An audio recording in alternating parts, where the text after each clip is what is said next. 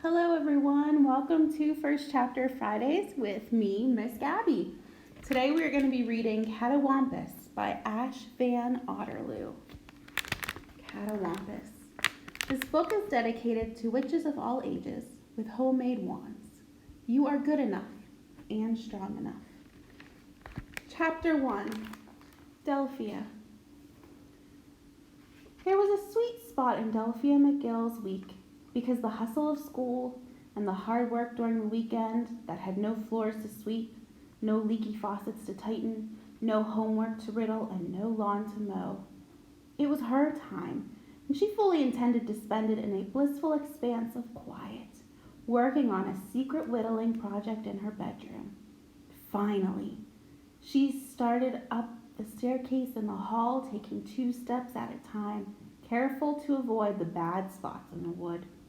A leaky roof meant rotted steps, and fixing shingles wasn't something she'd worked up the courage to tackle yet. "Delphia, darling." Delphia winced as her mama's voice, her fingers clutching the worn banister. A crack in the ceiling blinked out a tear that splattered her nose as she froze in place. "She can't know you're fixin' to make a wand," Delphia reminded her. "She can't read minds." "Yes, ma'am." "Go into Mima's closet and bring out the 3 flower garden quilts. Careful not to get 'em dirty, please." Delphia's stomach instantly churned. She had avoided her grandmother's room since Mima's passed away a month ago, though they needed the space. It wasn't the smell. It wasn't even the sad memories. It was the quiet. Mama knew danged well why Delphia didn't want to go in. Delphia had enough depressing empty spots in her life, and ignoring this new one seemed like a good idea, no matter what Mama's bedside copy of Embracing Loss claimed. "Do I have to?" "Yes, and you'd best watch your tone." "Thank you, darling."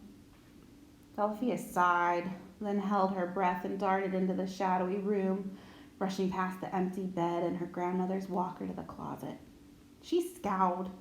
Her mother planned to sell the quilts to the Heron family's Appalachian Culture Museum near downtown Howler's Hollow, where tourists would coo over the intricate stitchwork and fork over their cash. Mama had put it off for days, and Delphia had secretly hoped she wouldn't go through with it. It was like they were trading a part of her grandmother away, but she and Mama needed the money to keep the lights on, especially after paying for the funeral. "Just get it done," Delphia told herself. "Don't overthink it." She yanked the string for the closet light and stood on her tiptoes, reaching for a stack of folded quilts.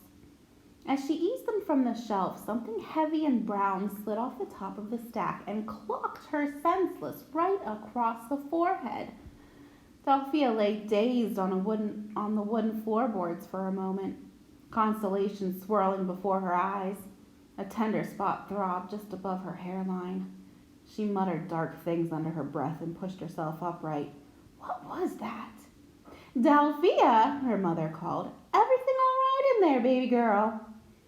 "Yes, fine," Delphia replied. She reached up and tested the tender spot. A furious bump the size of a sparrow's egg greeted her fingertips. "Be even better if Mama would use her healing magic for once," Delphia muttered to herself, but that was out of the question. Magic was strictly forbidden in the McGill household, bruises or not. It had been ever since her mama's siblings had been killed decades ago in a spell gone bad.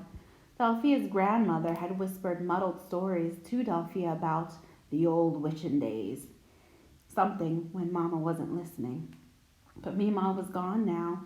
People got old. They got dementia and died, even old witches. If there was one thing in the world reliable as rain, it was everybody left eventually. Delphia breathed deep, feeling the tight clamp of sadness in her chest. It was just her and Mama. Presently she twisted around this way and that to find what had fallen on her head. Crackled with age, a thick leather book lay splayed open beside her like a bird shot from the sky mid-flight. Delphia's brows furrowed. She squatted and gathered it together, her tight bootlaces creaking. Flipping it right side up, her heart jittered in her chest.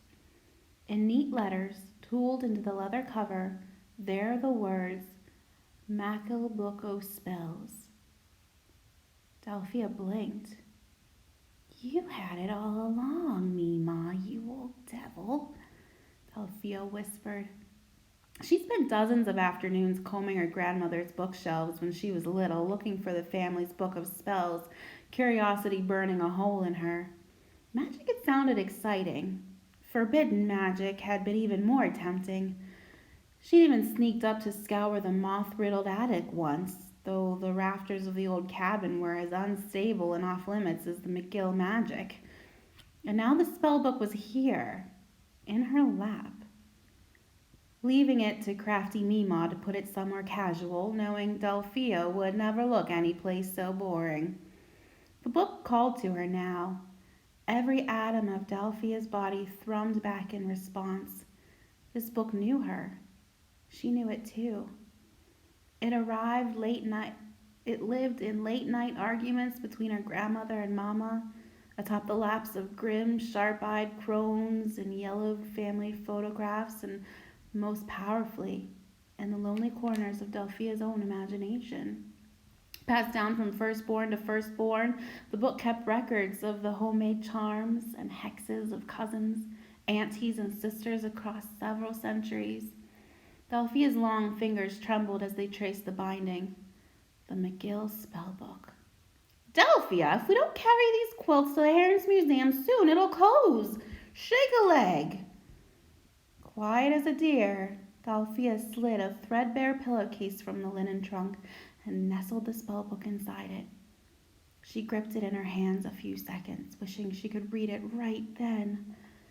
If she could study magic on the sly, things might start looking up for her and Mama. Maybe Delphia could fix things up around the house with magic. Maybe there were even spells for money. They might have plenty for once. Come in, Mama.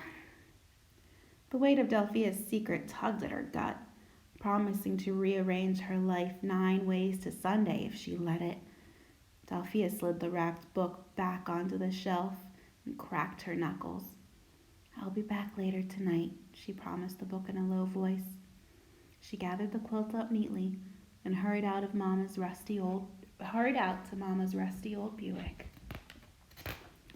That is the end of chapter 1.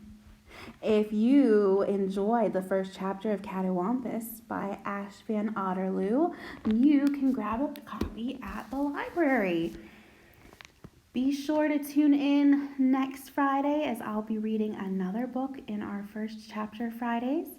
I will post it a little bit later on Facebook early in the week, so you'll get a sneak peek as to what that book is. Hope you guys all have a great weekend, and I will see you again next Friday. Bye!